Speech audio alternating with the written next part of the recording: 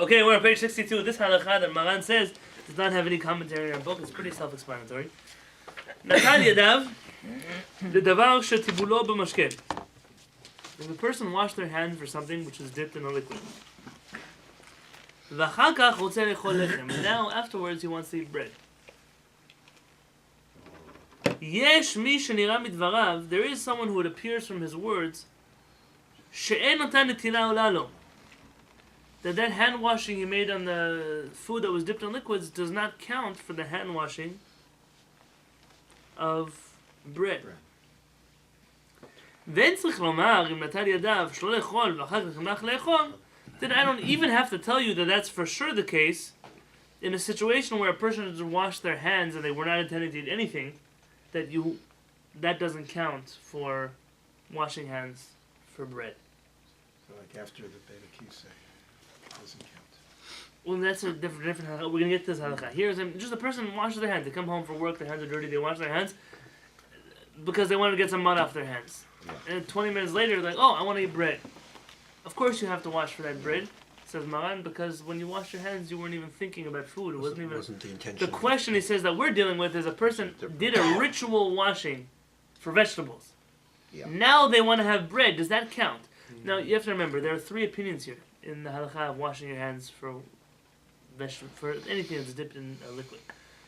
The first opinion was the opinion of the minority of the Rishonim that say that today nobody has to wash their hands for things that are dipped in liquids because that was only a halakha that applied in the generations where they had a bit of midrash, in particular about purity and impurity and so on and so forth. That appears to be the way to do it. There's the last camp, the extreme, I'm doing extremes, which is the Vilna Gaon's camp, who says that no, not only is it still applicable today, but you actually have to make a blessing when you wash your hands over things that are dipped in liquids. Right. And then we mentioned the middle opinion, which is pretty much where most people stand, and that is that they would wash hands but without a blessing. Right. So the thought process that is going into halakha here, as is understood by Mishnah Berurah, is the first hand washing that you make over vegetables, according to some poskim, is not even a real hand washing because you didn't have to do it in the first place. Right. And therefore, how could a hand washing that some poskim hold is not even a hand washing, how could that then come to cover bread, which according to all the poskim needs the hand wash? That's where Maran is getting this halakha from.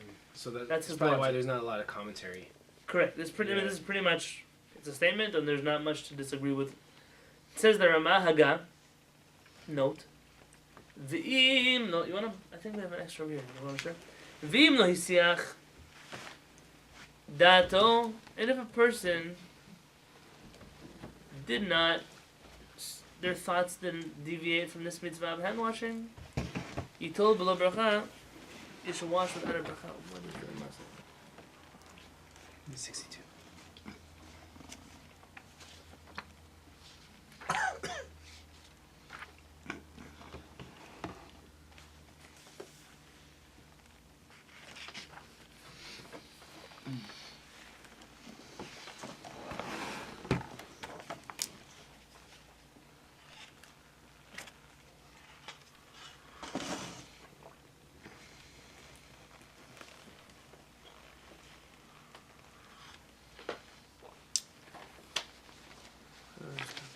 Jack, what do you have over there in your English? Okay, it's a double negative that I'm trying to... If one did not become distracted, he should wash without reciting the bracha. If while eating one touched the dirty part of the body, he must wash again. And for vegetables? Yeah, that's just the first sentence. That if he didn't, what did it say, stray his thoughts? Distracted. If he didn't become distracted, he should wash without reciting the bracha. In which case? Which case is that going on? Okay, it just follows the sentence. It doesn't say. It just follows the previous sentence. Okay, this is the Ramah. What the Maran said, it follows that last sentence, and then it goes into what Ramah said. So I don't know what he's referring The Mishnah Berurah says he's talking about the whole chapter, the whole paragraph, but it doesn't make sense. Let's not get stuck. This is the next halakha is. Yeah. When you wash for dipping, you do alternate hands or you do 3 and 3? Can I? Because it's different. When you wash for bread, you do one hand, you do the other hand. when you wash for cleaning, it's one. So when you wash to dip something in liquid, Will probably be 1 and 1 as well. just like for bread. For bread.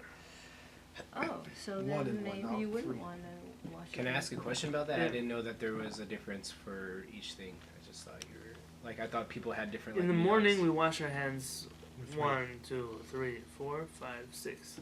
Okay. If one does 1, 2, 3, 1, 2, 3, it doesn't count. For halakha it counts. For the mekubalim, it doesn't count.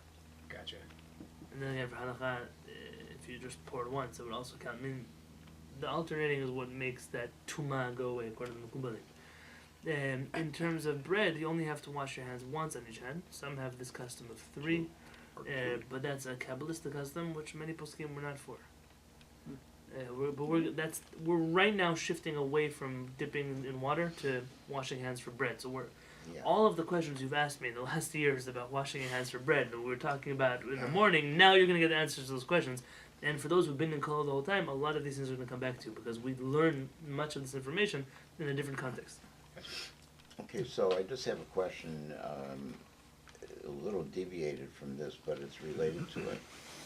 If vegetables are just washed and they're dried, like carrot, and you just dry it, is that considered dipping into water? No. Okay. Very good. Now it's dried. Then why do you need to wash your hands? Why can't you just say the bracha on the vegetable? You don't wash your hands. I thought you said that you have to, according to this,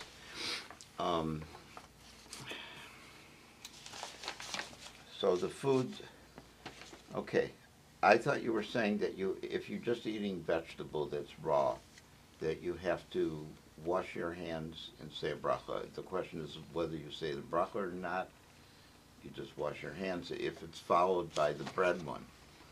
I may have not understanding your question. Okay. clear enough.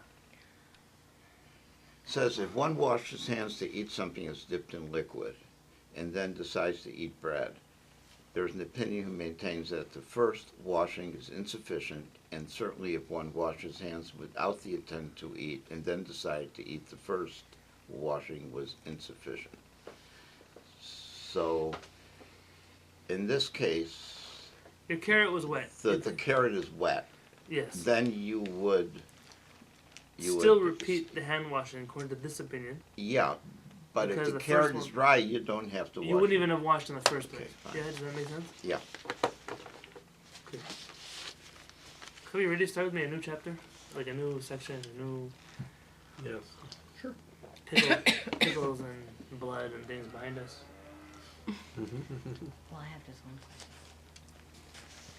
We talked about washing, and to me, I was confused about, are you washing spiritually, or are you washing for Right, you cleanliness? asked this question already. I know, I don't understand. And you said we would come to it.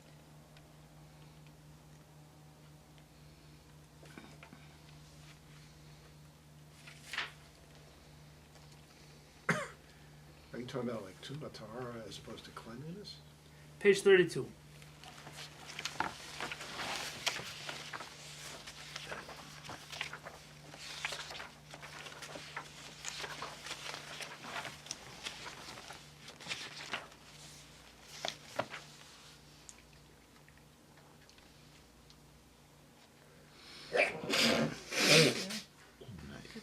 That's it.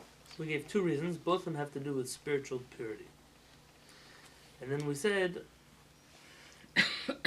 and the reason we do it today is so that when the Beit HaMikdash will be built, we won't forget about this halakha. That's what we said there.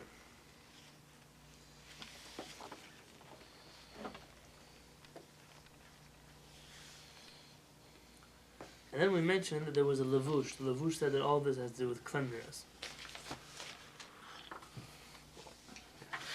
So that was the third opinion. That's not the majority opinion. This is a ritual washing.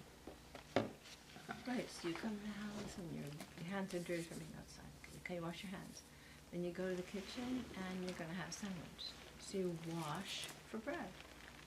Same thing with vegetables. So therefore the only difference is that the first Wet washing on vegetables. vegetables, we say that wet vegetables is that some poskim say that because you don't need to do it at all anymore, it can't possibly count for bread. Oh, yeah, fine.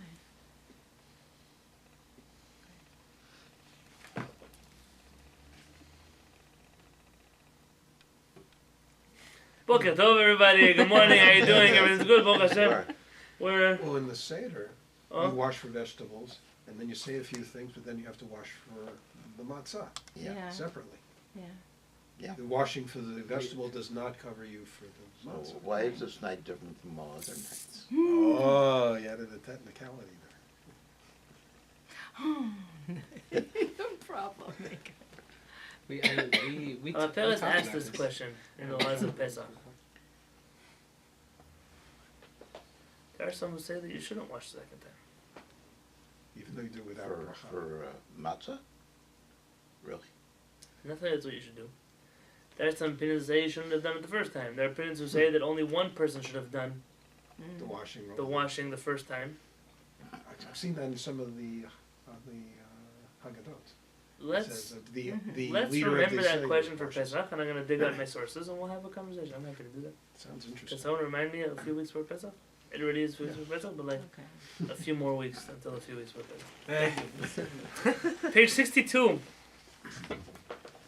Halacha Chet. So it's on top of the two lines on page 62. Me. Shaya. Angel, what volume do you have? 8, and also that's 8. Yeah? Right. Mi shaya b'midbar, somebody who was in the desert, or b'makom sakana, or in a dangerous place. Ve'en lo mayim, and he doesn't have water. Patur min tilat yadayim, he's exempt from washing his hands at all.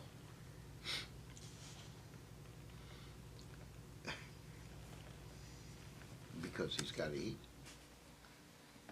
Well, we discussed before. What are we talking about? Which kind of? We're talking about bread now. And he was in the desert. Remember this whole chapter started talking about bread? Yeah. Um, Sorry. We're talking about Yeah. kinds of bread, patala b'kisanim. Yeah. Right. So Yeah, almonds. And we're back. Look under the two lines.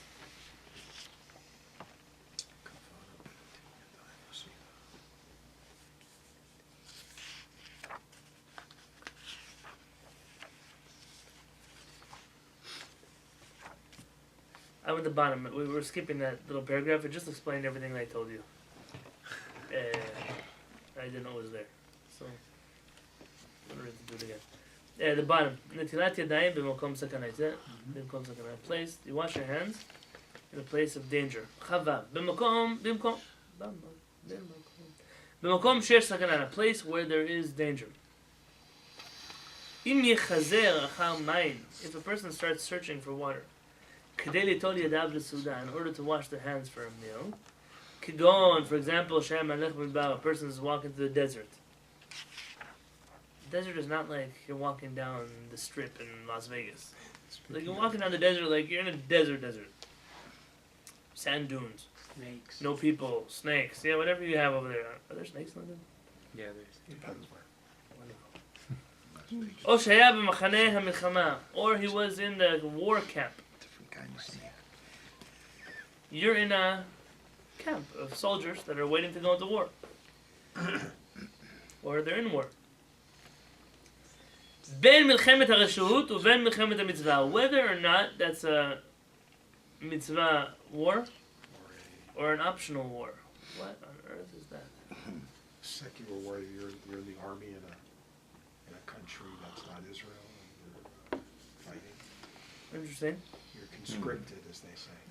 It's not what he's talking Russian about, army. but it's not a bad example. Some maybe. Let me finish the sentence and I'll tell you about these words.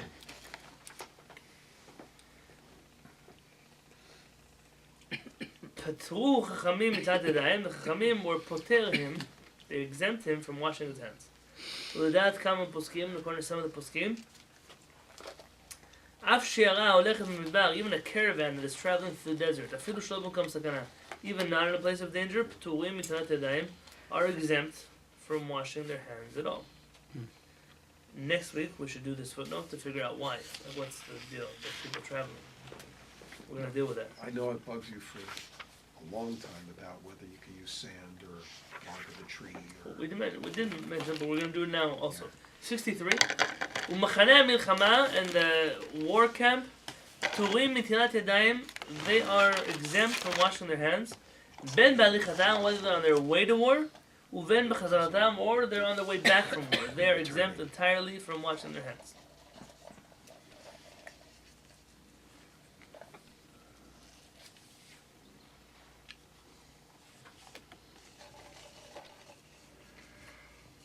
The question is, so what do you do instead? What do you do with your hands when you don't wash your hands? That's fine. Do you mind getting me that last blue volume? See, look, we needed the Rambam. We got a Rambam. The last blue volume on the right of the old set of books. Just be careful with the binding. No, the one closest to me. Yeah, that would be perfect.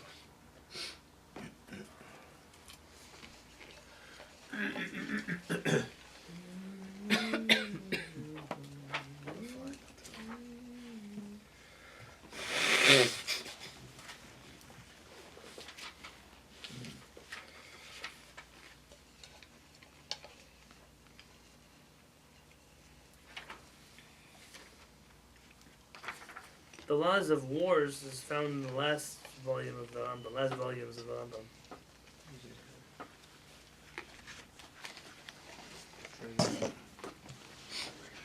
Like the laws of the king. He lumps together laws of kings and laws of wars. Look at the next.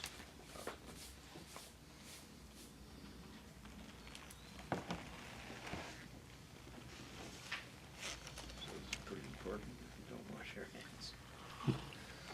Says the Rambam, En hamelech nilcham tchila ele milchemet mitzvah. At first, the king is only allowed to fight a war of a mitzvah. What is the war of mitzvah? Vezohi milchemet Obligatory mitzvah. war. Very good. What is the milchemet mitzvah? Zo milchemet shivat amamim. That's like the war against the 7 nations. That's a good word. Obligatory. These are things that Hashem commands. Umilchemet Amalek, or a war against Amalek.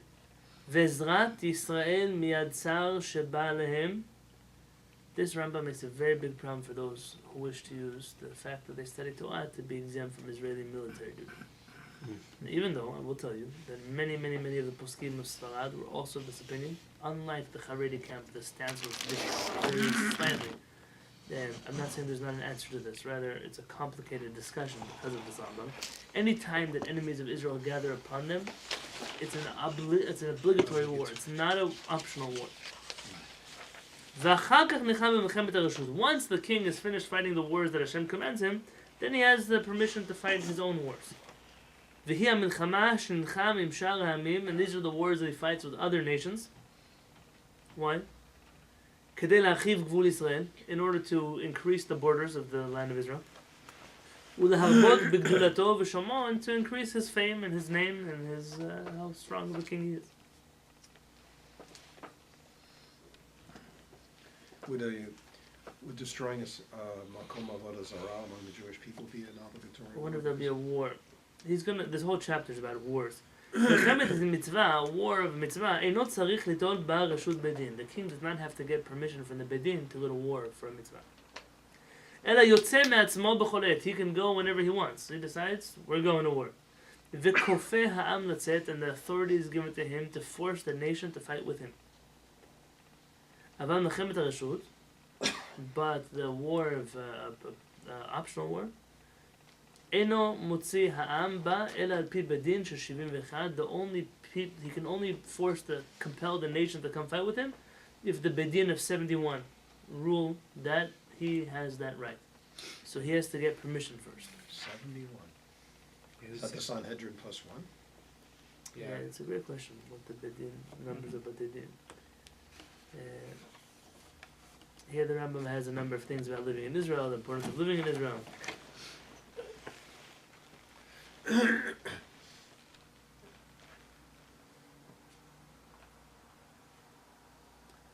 לעולם ידעו אדם בארץ ישראל, a person should live in Eretz Israel.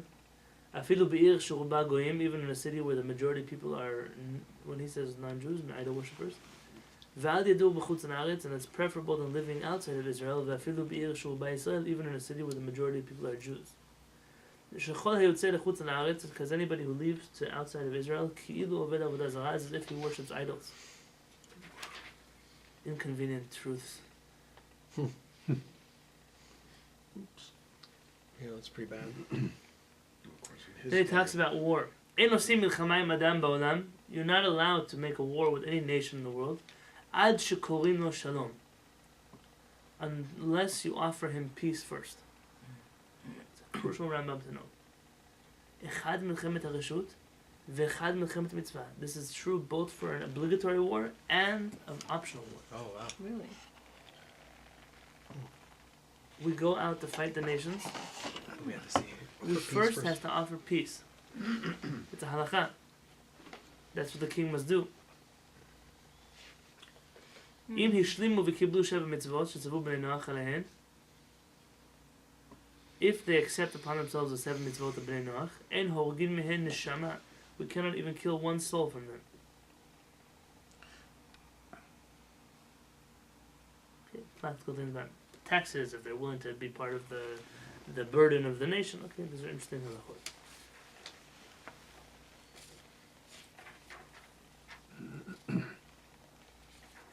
So about the Kohen that goes to war with him. So these chapters of going out to war, they're very difficult, but they tell you a lot about the spirit of a Jewish army that followed the Torah. What it looked like, the preparations they made, that were not just physical, but they were spiritual, they were emotional. And Even there's a few Shabbats ago, I was reading in the Ben Ish Chai that that the holiness of like an army, especially like in a time of war, was like very like they went way out of their way to keep it holy within their camp, and it was like one of the holiest places you could be, especially if they were like out in Well, it's a interesting. time of war, you know. So different with than our enemies, you know, like grabbing, all pillaging, and it's all about like rape, pillage, and booty. Yeah. I want to just read to you one last piece that's a very unique Rambam. It's one of my favorite halachot in this book, actually. Hamila, Brit Milah, Nitztava b'Avram v'zaro bilvad. Only Abraham and his descendants were commanded in the mitzvah of Brit Milah. Yatza zaro shel am Ishmael, and it comes to exclude the children of Ishmael because they're not considered the offsprings of Abraham. So they're not, V'yatza Esav, and Esav is excluded because Yitzchak tells Yaakov that I'm going to give the blessing of Abraham to you and your children. Michal, so from here you study, Shehu levado, zaro shel Abraham, only the people who are descendants of Abraham, hamachzik bedato, who hold on to his religion, uvedacho hayshara, and his straightforward path, him mechuyvim b'milah. Those are the people who are obligated in Brit Milah. Amru Chachamim, and our sages add, shebnei ketorah. B'nai Keturah's kids. Keturah's children. That's well. Shehem zaro shel Abraham, that they are the children of Abraham, sheba achar Ishmael, that were born after Ishmael. V'Yitzchak and Yitzchak, chayavin b'milah, they are obligated in a Brit Milah according to halakha. V'ho'il v'nit'arvu hayom b'nei Ishmael b'vnei Keturah. And because today, says the Rambam, the reality is that the children of Ishmael and the children of Torah have merged into one nation. Yitchayvu hakol b'milah. They are all obligated in the mitzvah of Brit Milah b'shmini on the 8th day. Then hargin okay. that's what they do a lot of times on How the Pelitz rules this in his book on conversion, that somebody who's an Arab who wishes to have a Brit Milah on the 8th day, it's a biblical mitzvah to give him a Brit Milah. Crazy how that. Okay, everybody? See you next week with all this. Thursday night we have a quiz. Thank you. And